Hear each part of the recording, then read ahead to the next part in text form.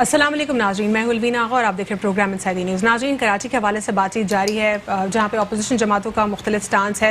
वो यही है कि कराची के हवाले से कुछ क्लैरिटी नहीं है उनके पास, जबकि पाकिस्तान तहरीक इंसाफ का स्टांस ये है कि कराची के हवाले से उनके पास स्ट्रॉन्ग मेजर्स मौजूद हैं। इसके ऊपर ओवरऑल जो है डिटेल बात करेंगे, कुछ एजुकेशनल इशूज़ के ऊपर भी बात करेंगे। इस वक्त कोविड-19 की वजह से अब भी एजुकेशनल इशूज़ जो है रिजॉल्व नहीं हो पा रहे।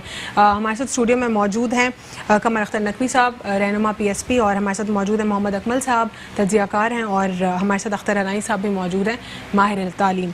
आप सबको प्रोग्राम में फॉर्मली वेलकम करते हैं। कमर अख्तर नकवी साहब, सबसे पहले आपसे जानना चाहूँगी कि कराची के हालात के हवाले से आपका क्या कहना है कि क्या ओवरऑल जो स्टांस है इस वक्त, क्या जो डिफरेंट पॉलिटिकल पार्टीज़ की एक जंग है, क्या कहेंगे उस पर? बिस्मिल्लाहिर्रहमानिर्रहीम। शुक्रिया अलवीना आपका। अलवीना, दरअसल ये है कि पिछले दिनों कराची में बारिश हुई तो पूरे पाकिस्तान को, पूरे सिंध को, पूरी कराची की कौम को ये पता चल गया कि इस कराची के साथ क्या रवैया रखा गया है, इस कराची के साथ क्या तासुब की बुनियाद पर जो ये मामलात सही नहीं हो रहे, सब ने देख लिया। अच्छा, फिर उसके बाद ये हुआ कि जिन लोगों को इस शहर से मोहब्बत थी, क्योंकि कराची 70% रेवेन्यू फेडरल गवर्नमेंट को दे रहा है और 90% ये सिंध को दे रहा है, तो जाहिर है जिन लोगों को इस शहर से मोहब्बत थी उन्होंने एक स्टेप उठाया और NDMA को कहा कि भाई आप आगे बढ़े, क्योंकि इस शहर की जो पॉलिटिकल पार्टीज़ हैं वो तो नाकाम हो गई हैं।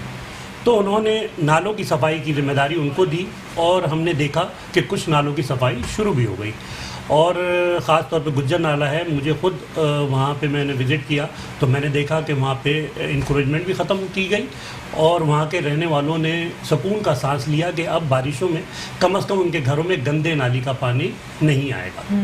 फिर आपने देखा कि ये 2 दिन से ये मीटिंग का कोई एपिसोड चल रहा था, मीटिंग हुई तो फिर कराची के शहरियों ने सुख का सांस लिया कि जो मुस्तफ़ा कमाल भाई हमारे चेयरमैन 2 साल से कह रहे थे कि भाई खुदा के वास्ते ये शहर मकबूजा कश्मीर नहीं है, ये शहर सिंध का दारुल खुलाफा है, पाकिस्तान का हिस्सा है, इसके लिए वज़ीर आज़म को सीरियस होना पड़ेगा, हमारे चीफ ऑफ आर्मी स्टाफ को सीरियस होना पड़ेगा, वो कराची आए और यहाँ वज़ीर आज़म साहब को जो है इस पर सीरियस होना पड़ेगा। मोहम्मद अकमल साहब, वज़ीर आज़म इमरान खान साहब तो क्लियर दिखाई दे रहे हैं, पाकिस्तान तहरीक इंसाफ का स्टांस जो है वो ये है कि कराची के लिए आर्टिकल 149 के हवाले से भी उन्होंने बात की, उसमें कोई ऐसी बात नहीं थी किसी से ना इख्तियारात छीनने थे ना देने थे, सिर्फ और सिर्फ इंस्ट्रक्शन एडमिनिस्ट्रेशन की बात थी। लेकिन पीपल्स पार्टी का स्टांस ये आ रहा है कि वज़ीर आज़म कहते हैं कि कराची के इख्तियारात पे किसी को छेड़छाड़ नहीं करने देंगे, क्या कहेंगे आप इस पर? देखें, इस हवाले से अगर बात की जाए ना कि जो पीपल्स पार्टी का स्टांस है, अगर लीगली और आइनी तौर पे उसको देखा जाए तो वो तो सही है कि आइनी तौर पे तो किसी भी किस्म का अगर गवर्नर राज is a type of undiplomatic way और एक मतलब डिप्लोमेसी के अगेंस्ट में ये चीज़ जाती है, तो इस हद तक तो उनकी बात से एग्री किया जा सकता है। अब मेरा मसला मैं आपको बताऊं कि कराची की बात की जा रही है डेवलपमेंट के हवाले से, तो कराची की ही सिर्फ क्यों बात की जा रही है, बाकी पूरे मुल्क के शहरों में क्या स्विट्ज़रलैंड बन चुका है, पेरिस बन चुका है और दीगर दूसरे जो इलाके हैं वो भी हैं।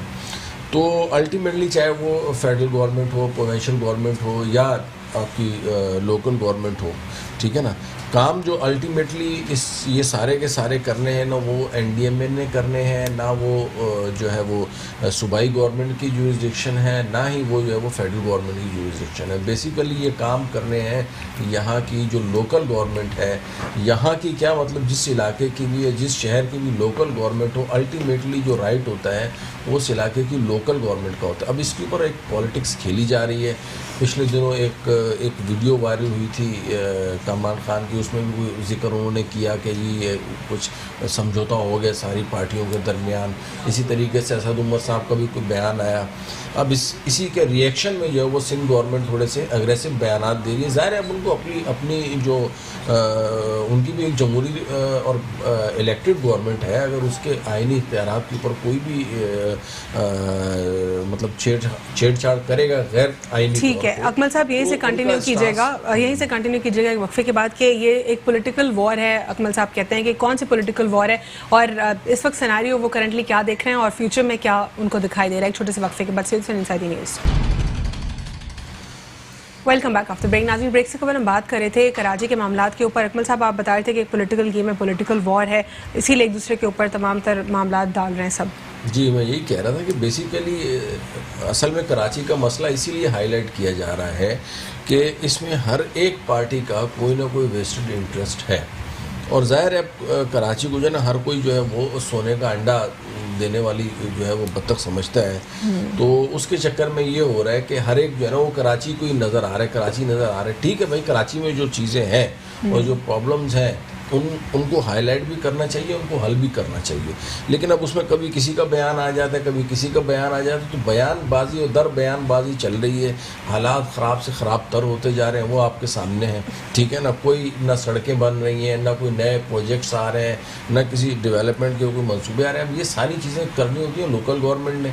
अब सिंध गवर्नमेंट जो है वो ये फंड्स का रोना कोई रो रहा है, वो फेडरल गवर्नमेंट कह रही है जी हमें का स्टेक होल्डर जो है ना इतने सारे हैं, काम करने वाला कोई भी नहीं है। अब जो रिसेंट जो नया जो फ़लसफ़ा आपके सामने आया कि जी अब वो सारी पार्टीज मिलके करेंगी, तो उसके बारे में आपका क्या ख्याल है? क्या ये कैटेगोरिकली पॉसिबल है? देखिए आपने वो एक सुना होगा ना, too many cooks spoil the food. ठीक है ना, वो बहुत ज़्यादा उसमें वो अगर कुक्स आ जाएंगे तो अल्टीमेटली सालन ख़राब हो जाएगा। ऐसा पॉसिबल नहीं है, ना ही टेक्निकली इसको देखा जाए कि कौन किस तरीके से करेगा कि सबके साथ। ये वही लोग हैं जो स्टेट होल्डर ऑलरेडी हैं, तो नहीं है ये लोग जी।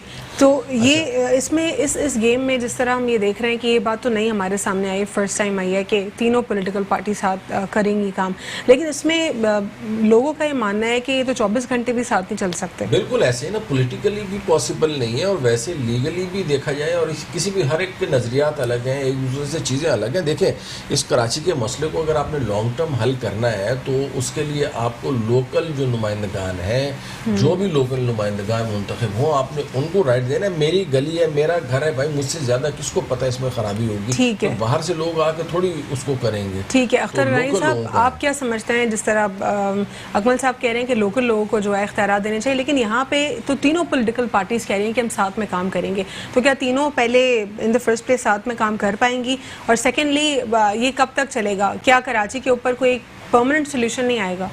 देखिए, परमानेंट सोल्यूशन तो आ सकता है, ये बिल्कुल इनकी बात बहुत दुरुस्त है अकमल साहब की कि देखें जो भी इश्यूज़ हैं वो लोकल लेवल पर ही होते हैं। जहाँ तक वर्किंग रिलेशनशिप की बात है, 3 पार्टी या 4 पार्टी, क्या पहले ये यहाँ नहीं होती थी क्या? कराची वैसे मिनी पाकिस्तान है, इस मिनी पाकिस्तान से किस किस को सीट नहीं मिली? बहुत सी पार्टीज़, कुछ पार्टीज़ ऐसी भी आई जो आई और सर्व नहीं कर सकी। बहरहाल ये 12 साल से या पता नहीं कितने सालों से हुकूमत कर रहे हैं, क्या पहले इनकी वर्किंग रिलेशनशिप इन लोगों के साथ नहीं थी? बात यह कि काम करने की नीयत नहीं है। ये वफाक आके काम इतना सक्सेसफुल कर नहीं सकती। ये स्टेक होल्डर 4 दिन भी नहीं चलेंगे। देख लिया आपने, पिछले दिनों में लास्ट ईयर भी बारिशें हुई थी, उस वक्त क्या मामलात हुए थे। ब्लेम गेम के अलावा कोई काम नहीं था। माजी की हुकूमतें ने काम क्या किया था कि दिखावे का काम करते थे। वो करते क्या थे कि कोई अंडरग्राउंड काम नहीं करते थे। चाहे अगर डीसेल्टिंग होती है नालों की, अगर डीसेल्टिंग ही कर देते प्रॉपर तरीके से तो फ्लो हो जाता। अभी सिर्फ 3 या 4 नालों की अगर बड़ी जल्दी से 3 दिन के अंदर अगर डीसेल्टिंग हो गई, उसको साफ़ कर दिया गया, तो क्या था? पहले क्या करते थे? दिखावा होता था, निकालते थे, मड निकालते थे और रोड पे डाल देते थे और लगता था 1 महीने तक ये काम चलेगा और लोग देखते कि जी बड़ा काम हो रहा है। एक्चुअली वो काम नहीं होता था। अब तो जादू की चुटकी बजी और उन्होंने देखें कैसे काम करके दिखा दिया, फ्लो बेटर हो गया। अगले दिन सिंध गवर्नमेंट आ गई रोड पे अपना क्रेडिट लेने के लिए।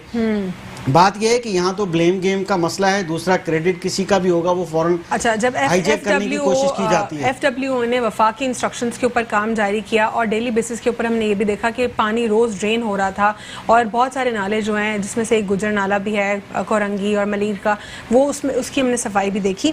उसके बाद गवर्नर साहब का भी ये स्टेटमेंट आया कि कराची के लिए कंप्लीट सोल्यूशन की ज़रूरत है। मुराद अली शाह साहब कहते हैं कि कराची के मसाइल पर कोई भी मुआहदा वफाक से नहीं हुआ है, तो क्या ये वफाक वन साइडेड डिसाइड कर रही है? देखिए, मुआहदा इन द टर्म अगर वो ले रहे हैं तो वैसा तो मुआहदा अभी नहीं हुआ। मीटिंग्स हुई हैं जो मेरी नॉलेज है, मे बी कि ये अप टू डेट नहीं है, मगर ये है कि ये मुआहदा होना तो दूर की बात है, मुआहदे के अंदर ही कुछ चीज़ों के ऊपर जो है ना इनका कन्फ्यूजन और बल्कि क्रिएट हो जाएगा।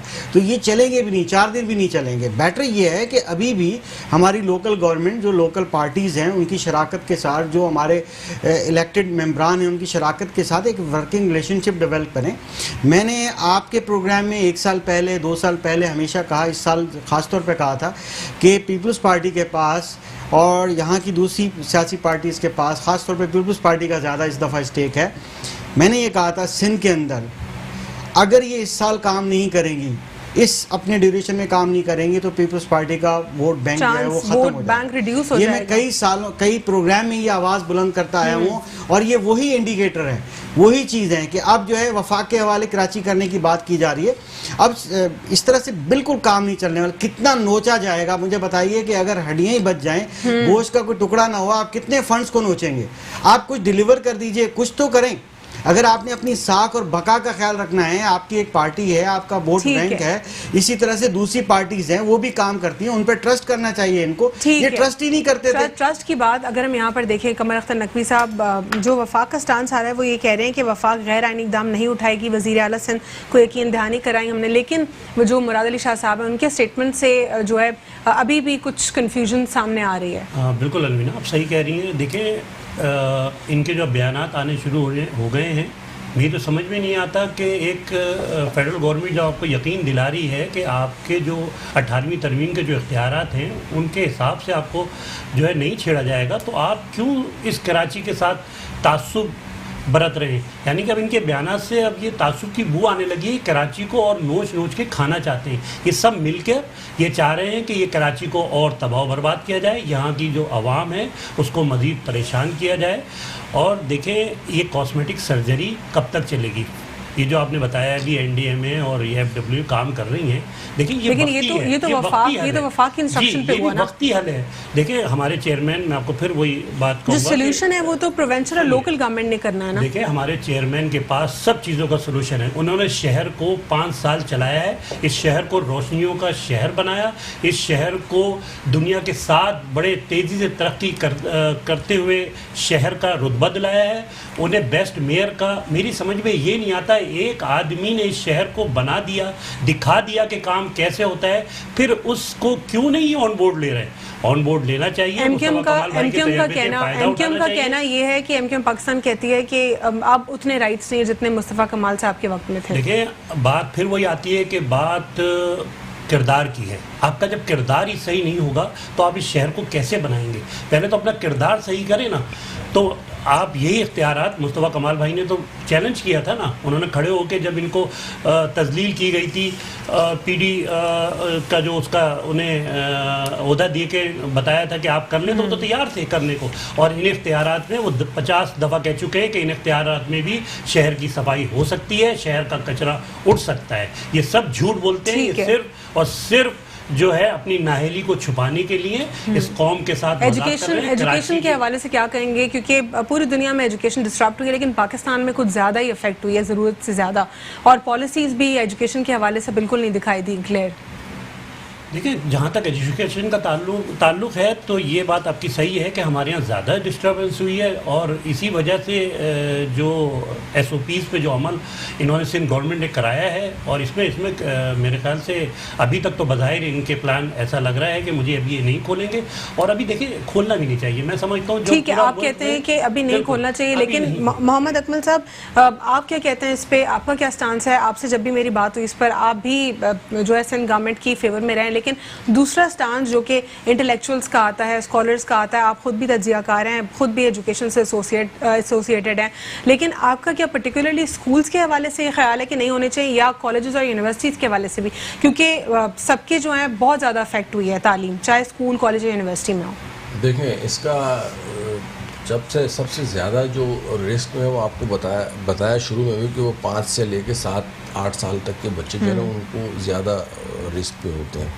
तो गवर्नमेंट को चाहिए कि अब चूँकि आहिस्ता आहिस्ता अल्हम्दुलिल्लाह कोविड भी कंट्रोल में आ गया है और उसका फैलाव भी कम हो गया है, तो बजाय इसके कि at once they should announce कि जी चलो जी कल से सब खुल गया, इसके बजाय इनको यूनिवर्सिटी से स्टार्ट लेना चाहिए। हफ्ता 10 दिन 15 दिन इसको देखें कि क्या अपोजिशन आ रही है, फिर उसके बाद नीचे कॉलेज लेवल के ऊपर, और उसके बाद इस तरह स्टेप बाय स्टेप चलते हुए 15 सितंबर तक मेरे। लेकिन आपने अकमल साहब, आपने ये भी देखा है, बहुत सारी वीडियोस सोशल मीडिया के ऊपर भी वायरल हो रही हैं, जो बच्चे हैं वो स्कूल जाना ही नहीं चाह रहे, मतलब पहले ही इल्म से और तालीम से इतना लगाव नहीं है अनफॉर्चुनेटली, इसीलिए हम एक पीछे रहने वाली कौम है आज भी। अगर तालीम हासिल करके आगे प्रोग्रेसिव हो जाते तो बढ़ जाते, लेकिन वो बच्चे कह रहे हैं स्कूल ही नहीं जाना। 6 माह गुजर चुके हैं, तो ऐसा लग रहा है कि जैसे बच्चों में जो इल्म की एक अर्ज थी वो पहले से भी और कम हो गई है।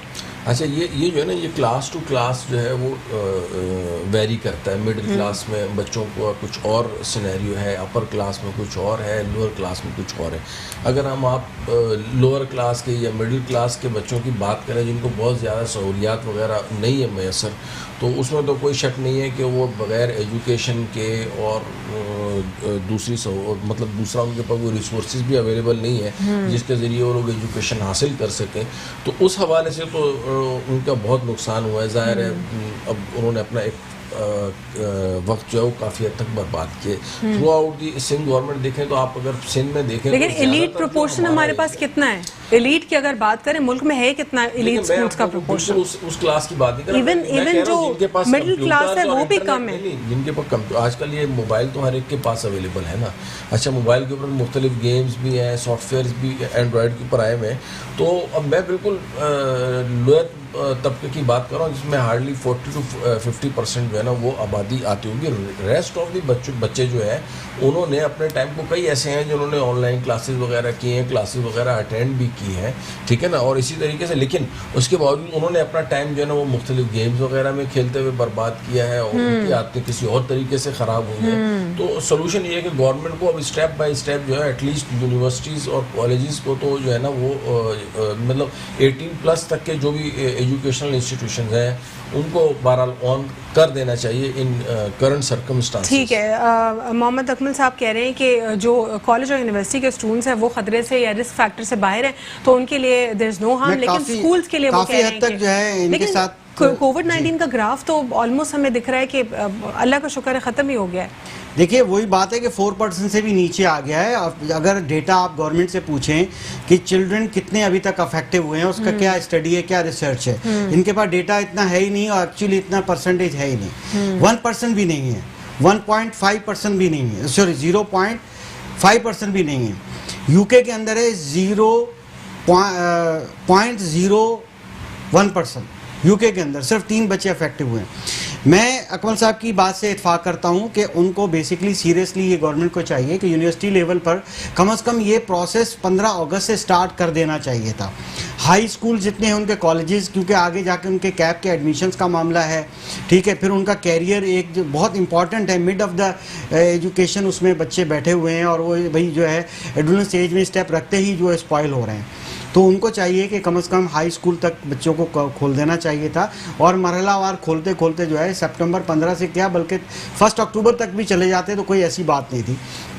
But they don't have any plan, बगैर प्लान के। दूसरी बात है कि सिंध गवर्नमेंट का कसूर इतना ज्यादा नहीं है। जुलाई के बाद अगस्त के बाद सितंबर, वो तो डेट पे डेट देते रहे। इस तरह से कब तक लॉलीपॉप देते रहेंगे? और मुख्तलिफ बल्कि एंटी कंपेन भी चलाई जाती है मीडिया के अंदर, सोशल मीडिया के खास तौर पर। सिंध गवर्नमेंट के बस में की बात नहीं है, ठीक है, हम बिला वजह डायरेक्टली बोलें। बेसिकली ये लेकिन गिरफ्तारियों का भी तो अमल जारी हो गया है। देखिए वो तो एक एडमिनिस्ट्रेटिव चीजें होती हैं, बिल्कुल। अगर गवर्नमेंट की रिट जाहिर नहीं होगी, चैलेंज होगी, तो ये तो फिर एक अमल होगा। मगर स्कूल फिर भी खुले हैं, आज भी स्कूल थोड़े से खुले हैं, मगर ज़ाहिर है गवर्नमेंट को इल्तिजा करते रहे।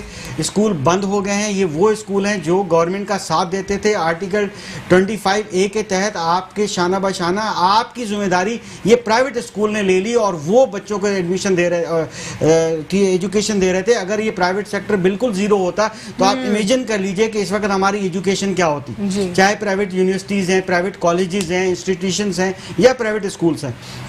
बात ये इनका बहुत बड़ा किरदार है पाकिस्तान की तरक्की के अंदर।